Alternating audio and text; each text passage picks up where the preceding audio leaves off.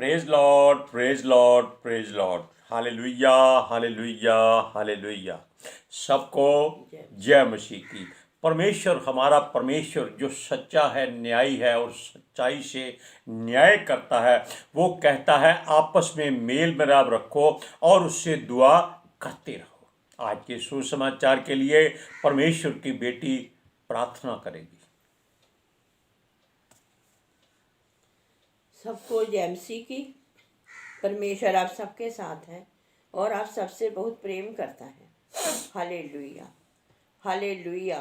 महान परमेश्वर, सर्वशक्तिमान ईश्वर, जमीन आसमान दे मालिक ते खालिक, तुहाडा धन्नवाद, तुहाडा शुक्र करदे स्वामी अज दे सुंदर दिन लई, सुंदर समय लई, सुंदर सुबह लई पिता जी, जो साड़ियां जिंदगियां च बख्शी पिता जी, खुशियां ते आनंद दा दिन बख्शिया, तंदुरुस्ती दित्ती पिता जी, और अपने कदमां च बैठन लई अपना फजल बख्शिया प्रभु।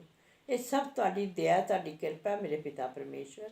तुहाडी बेटी हिरदे तो तुहाडा धन्नवाद, तुहाडा शुक्र करती स्वामी। सचमुच खुदा जो हर रोज़ सेवा बख्शी प्रभु, बचन देंदे प्रचार करना, उस लिए भी तुहाडा धन्नवाद, तुहाडा शुक्र करते हैं। बेनती करदी पिता जी, हुण तुसीं अपने वचन के अनुसार साडे विचकार आओ और वचन पढ़ने प्रचार करने साडा मूँह बन के बोलो पिता जी, ताकि तुहाडा दिता वचन तुहाडी इच्छा के मुताबिक मेरे पिता परमेश्वर दुनिया की शोर तक पहुँचे। तुहाडा धन्नवाद, तुहाडा शुक्र करते हैं प्रार्थना सुनने लई। प्रार्थना प्रभु यीशु के समर्थी ते पवित्र नाम च मंग लेने, आमीन। आमीन। अब हमने आपको दो बातें कही। एक के आपस में प्रेम रखो और दूसरा उससे प्रार्थना करते रहो। हालेलुया। अब सुनिए, वो कहता है हम खरे बने और खराई से अपने जीवन की चाल चले, आपस में प्रेम से रहे और एक दूसरे की हर बात को सहन करने की ताकत रखे। सहनशीलता इसी में होती है, मगर हम एक दूसरे को दांतों से काटने की कोशिश करते। हालेलुया। जब भी हम आपस में मन मुटाव में आ जाते हैं, एक दूसरे से क्रोधित हो जाते हैं, क्यों हो जाते हैं? ये केवल शैतान की इच्छा हो जाती है कि ये आपस में अगर मिले रहेंगे तो ये प्रभु में बने रहेंगे और फिर उसकी चाल कामयाब नहीं होगी। इसलिए वो आपके मनों को ऐसा उधेड़ देता है जैसे कोई बुना हुआ स्वेटर एक धागा खींचने से उधड़ जाता है और उसको फिर से बुनाई करनी पड़ती है। इसलिए ध्यान रखो, अगर आप एक बार अपने उस कुव्वत से हट गए, अपने परमेश्वर के मार्ग से भटक गए, तो आपको फिर से नया होना बहुत मुश्किल हो जाएगा। क्यों? स्वेटर बुनने के लिए सिलाइयाँ होती हैं, अगर एक सिलाई टूट जाए तो आप क्या करेंगे? स्वेटर फिर से नहीं बनेगा। वैसे आप धागा लपेट कर नहीं जी सकते, लोग आपको मूर्ख कहेंगे। इसलिए वो कहता है कि ऐसे मत बनो जैसे एक चलती गाड़ी के इंजन से भाप निकलती है और लोप हो जाती है। हालेलुया।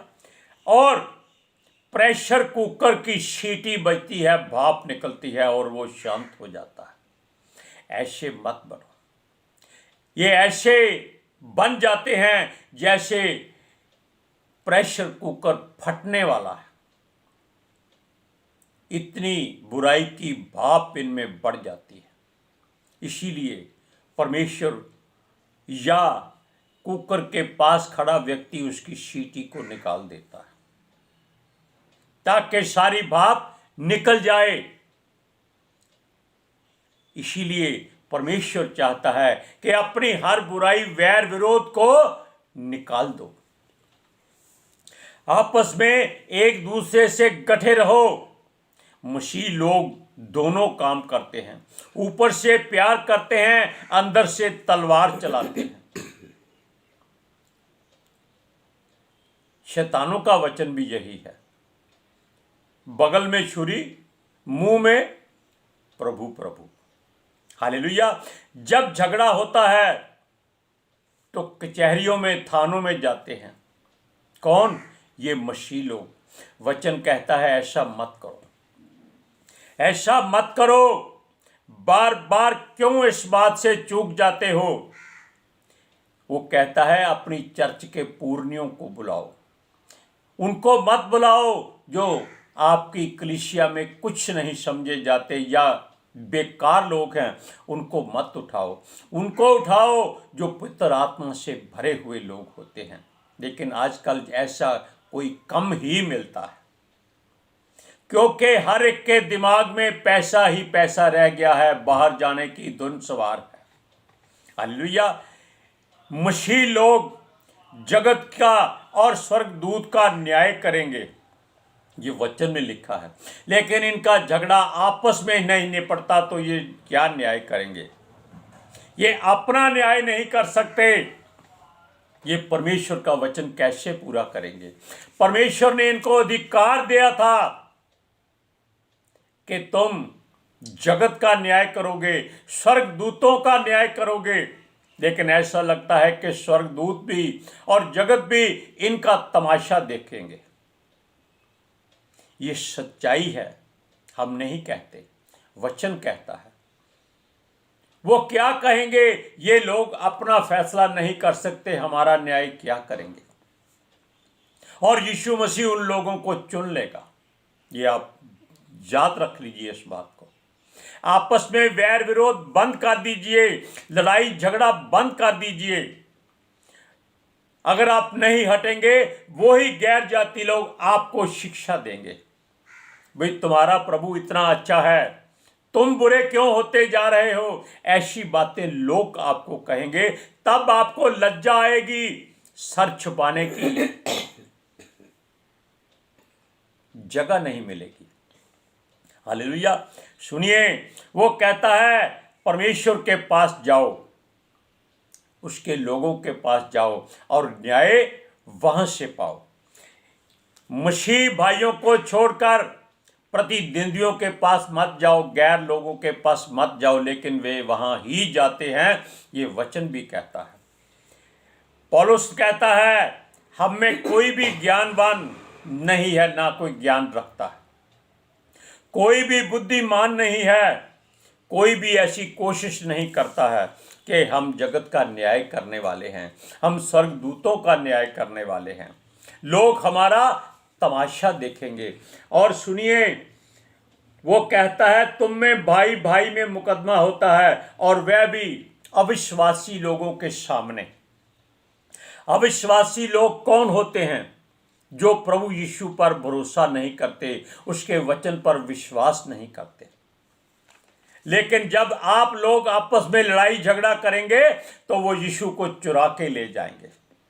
जैसे मरियम यीशु के मृत्यु के बाद उसकी कब्र पर गई तो उसने समझा कि यीशु की देह को कोई चुरा कर ले गया है। तब स्वर्गदूतों ने कहा कि वो जीवित, और वो आपको अगले गांव में मिलेगा। ऐसा ही होना चाहिए। वचन को पढ़िए, पहला कुरिन्थिया 6वां अध्याय उसकी 1 से लेकर 6वीं आयत तक। क्या तुम में से किसी को ये हिजाब है कि वह दूसरे के साथ झगड़ा हो तो फैसले के लिए अधर्मियों के पास जाए और पवित्र लोगों के पास ना जाए? क्या तुम नहीं जानते कि पवित्र लोग जगत का न्याय करेंगे? इसलिए जब तुम्हें जगत का न्याय करना है तो क्या तुम छोटे से छोटे झगड़ों का भी निर्णय करने के लिए योग्य नहीं? क्या तुम नहीं जानते कि हम स्वर्गदूतों का न्याय करेंगे? तो अब संसारिक बातों का निर्णय ना करें। यदि तुम्हें संसारिक बातों का निर्णय करना हो तो क्या उन्हीं को बिठाओगे जो कलीसिया में कुछ नहीं समझे जाते हैं? मैं तुम्हें लज्जित करने के लिए ये कहता हूँ, क्या सचमुच तुम में से एक भी बुद्धिमान नहीं मिलता जो अपने भाइयों का निर्णय कर सके? तुम में से भाई भाई का मुकदमा होता है और वह भी अविश्वासियों के सामने। वचन ने आपको लज्जित किया है, हमने कुछ नहीं कहा है। और ये सच्चाई है, आप देख सकते हैं, जान सकते हैं। किसी भी कलीसिया में या पैसे का लेन देन होता है, या आपस में एक दूसरे को नीचा दिखाना होता है, या सुंदर वस्त्र पहनकर, गहने पहनकर आगे बैठने की इच्छा होती है, ये ऐसा मत करें। वो कहता है, परमेश्वर की आवाज है कि उससे दुआ करो, उससे प्रार्थना करो, क्योंकि अगर हम समझदार होते तो परमेश्वर के पथों को जानते पहचानते। मनुष्य तो अपना मर्म भूल जाता है, मर्म होता है दुख सुख। हालेलुया। वो भूल जाता है कि प्रभु का मार्ग कैसा है, किस तरह जानेंगे वो।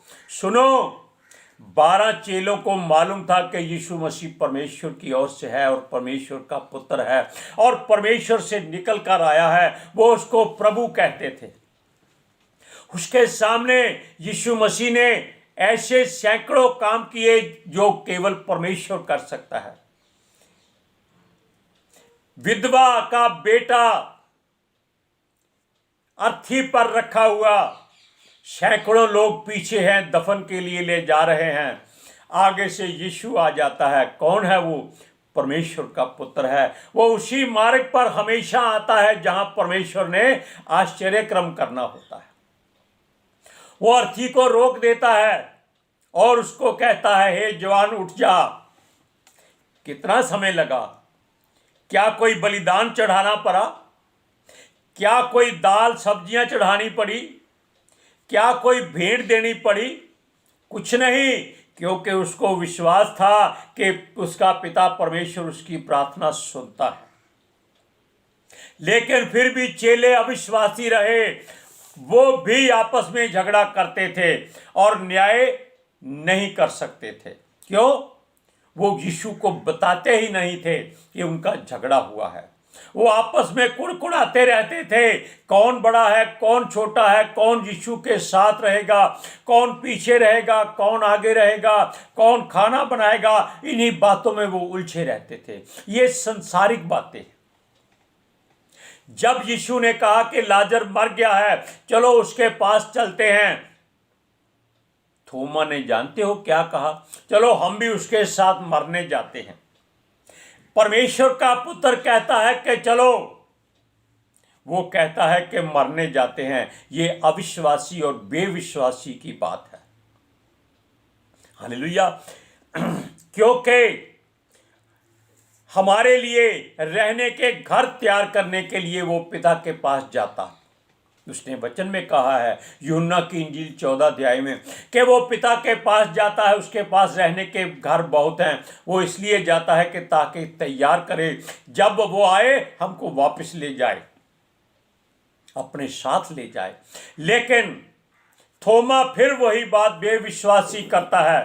वो कहता है, प्रभु हमको मार्ग नहीं मालूम, हम कैसे जाने तू कहाँ जाता है। देखो, ये बेविश्वासी वाली बात है जो हमने आपको पहले बताई है कि ये लोग आपस में झगड़ा करते हैं, फैसले के लिए प्रभु के पास नहीं जाते। हालेलुया। यीशु ने एक शब्द कहा कि हे थोमा, मार्ग, सच्चाई और जीवन मैं हूं, क्या तू मुझे नहीं जानता? थोमा चुप। क्या जवाब दे? क्योंकि मनुष्य परमेश्वर को जवाब नहीं दे सकता। वो मनुष्य ही रहता है। फिर देखिए, यीशु ने कहा कि वो पिता में है और पिता उसमें है, यानी दोनों एक हैं, और वो पिता के पास जाता है और तुम उसे जानते हो। फिलिप्पुस ने क्या कहा कि हे प्रभु, हम क्या जाने कि तेरा पिता कौन है, हमको एक बार पिता को दिखा दे। ये बेविश्वासियों वाली बातें हैं। यीशु ने कहा, तू इतने दिन से मेरे साथ है, तू नहीं जानता कि मैं और पिता एक हैं? जिसने मुझे देख लिया उसने पिता को देख लिया। हालेलुया। यीशु को इतनी मार पड़ी, इतने कोड़े खाए, सब कुछ हुआ, सारे चेले यीशु ने पहले खुद ही भगा दिए थे। लोग कहते हैं वो भाग गए, नहीं, यीशु ने इसलिए भगाए थे ताकि वो पूरे जगत में जाकर इस बात की गवाही दे कि यीशु मसीह को सलीब दी गई है और वो ही परमेश्वर का पुत्र है। इसलिए सबको अलग अलग कर दिया था, चारों दिशाओं में भेजा था।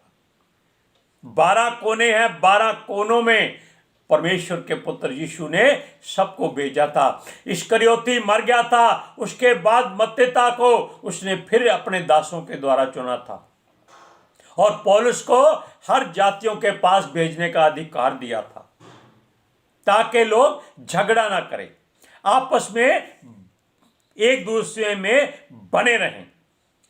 वो कहता है कि एक रहो, भरोसा करो एक दूसरे पर, झगड़ा ना करो, घमंड ना करो, उसे ही प्रार्थना करो परमेश्वर कि हमें सच्चाई की शिक्षा दे, हम उसमें बने रहें। ऐसी बात हमेशा करते रहो। सुनिए, तब वचन कहता है हमारा उद्धार उसी के द्वारा होता है। उसे कहें हम उसका मार्ग ढूंढते हैं, हमें बता दे, वो ही हमारा मार्गदर्शक भी है। उसकी दया की दुहाई देते रहें और उसके द्वार के यानी कि उसके द्वारा किए हुए कामों को लोगों को प्रचार करते रहें। युगों युगों से ये काम होता आ रहा है, बस उसे ही विनती करें। वो ही हमारा खुदावंद है, वो हमारे सब पापों को जानता है, बुराइयों को जानता है। उसी से मिन्नत करें, फरियाद करें, आपस में झगड़ा ना करें, एक दूसरे से वैर विरोध ना करें, लोगों को तमाशा मत दिखाएं। हालेलुया। सुनिए, क्योंकि वो करुणामयी है। उसे कहें कि हमारे पापों को, गुनाहों, गलतियों को क्षमा कर, उन्हें स्मरण ना कर। हालेलुया। और हमारा स्मरण करता रहे, यानी कि हमको याद रख, हमारी बुराइयों को स्मरण ना कर और हम तेरे मार्गों पर दौड़ेंगे। वचन को पढ़िए, भजन संहिता 25 का 4 से 7 वचन। हे यहोवा, अपने मार्ग मुझको दिखला, अपना पथ मुझे बता दे, मुझे अपने सत्य पर चला और शिक्षा दे, क्योंकि तू मेरा उद्धार करने वाला परमेश्वर है। मैं दिन भर तेरी ही बाट जोता रहता हूँ। हे यहोवा, अपनी दया और करुणा के कामों को स्मरण कर, क्योंकि वह तो अनंत काल से होते आए हैं। हे यहोवा, अपनी भलाई के कारण मेरी जवानी के पापों और मेरे अपराधों को स्मरण ना कर, अपनी करुणा की के अनुसार तू मुझे स्मरण कर। Praise Lord, hallelujah. अब आप अपना फैसला खुद करिए, अपना कमरा बंद कर लीजिए और किसी को मत बुलाइए। परमेश्वर का पितर आत्मा को पुकारिए कि हे प्रभु आ, मेरे मन में जो उथल पुथल है इसको शांत कर दे। वो आएगा, वो आएगा और आपको मार्ग दिखलाएगा। क्यों? मार्ग, सच्चाई और जीवन कौन है? केवल यीशु मसीह है। वो कहता है बकबक करके प्रार्थना मत करो, लोगों को दिखावा मत करो। अपने कमरे में जाओ, कुंडी लगाओ, अपने कमरे की लाइट बंद कर दो, अपने ऊपर चादर ले लो। गर्मी हो, सर्दी हो, परवाह मत करो, उसे आंसू बहाकर पुकारो और वो आपको आपकी चादर के भीतर में दिखाई देगा। कैसे? एक रोशनी के जरिए, वसीले। हालेलुया। तब आप जान जाएंगे कि आपका प्रभु आपकी सुनकर आपके करीब है। इसलिए अपने आप को उसके हाथों में दे दो। वो सच्चा है और न्याय करता है और उसी के न्याय पर भरोसा करो। हालेलुया। आज के सुसमाचार के लिए परमेश्वर की बेटी प्रार्थना करेगी। Hallelujah. Thank you Jesus, thank you Lord, thank you पितर आत्मा जी। ਤੁਹਾਡਾ ਧੰਨਵਾਦ, ਤੁਹਾਡਾ ਸ਼ੁਕਰ ਕਰਦੇ ਸੁਆਮੀ, ਸਾਡੇ ਵਿਚਕਾਰ ਆਉਣ ਲਈ, ਵਚਨ ਪੜ੍ਹਨ, ਪ੍ਰਚਾਰ ਕਰਨ, ਸਾਡਾ ਮੂੰਹ ਬਣ ਕੇ ਬੋਲਣ ਲਈ ਪਿਤਾ ਜੀ। ਤੁਹਾਡੀ ਬੇਟੀ ਹਿਰਦੇ ਤੋਂ ਤੁਹਾਡਾ ਧੰਨਵਾਦ, ਤੁਹਾਡਾ ਸ਼ੁਕਰ ਕਰਦੀ ਸੁਆਮੀ। ਸੱਚਮੁੱਚ ਖੁਦਾ, ਤੁਹਾਡਾ ਦਿੱਤਾ ਵਚਨ ਤੁਹਾਡੀ ਇੱਛਾ ਦੇ ਮੁਤਾबिक ਮੇਰੇ ਪਿਤਾ ਪਰਮੇਸ਼ਵਰ ਦੁਨੀਆ ਦੀ ਸ਼ੋਰ ਤੱਕ ਪਹੁੰਚੇ, ਲੋਕ ਸੁਣਨ ਔਰ ਸੱਚਾਈ ਨੂੰ ਜਾਣਨ ਔਰ ਸੱਚਾਈ ਉਹਨਾਂ ਨੂੰ ਆਜ਼ਾਦ ਕਰੇ ਪਿਤਾ ਜੀ। मैं ਤੁਹਾਡਾ ਧੰਨਵਾਦ ਤੁਹਾਡਾ ਸ਼ੁਕਰ ਕਰਦੀ स्वामी और ਤੁਹਾਡੇ ਬੱਚੇ ਹਮੇਸ਼ਾ ਤੁਹਾਡੇ ਅਨੁਗ੍ਰਹਿ ਵਿੱਚ ਬਣੇ ਰਹਿਣ आमीन। आमीन। Praise Lord. हम यही दुआ करते हैं कि परमेश्वर अपने आत्मा से सबको भरपूर कर दे, क्योंकि योएल की किताब में लिखा है कि अंतिम दिनों में परमेश्वर का वादा है कि वो सब पर अपना आत्मा उंडेलेगा। और इसमें उसने ये नहीं कहा कि बुरे को छोड़ देगा, पापी को उसने कहा है सब पर उंडेलेगा। आमीन। हालेलुया। सबको जय मसीह की।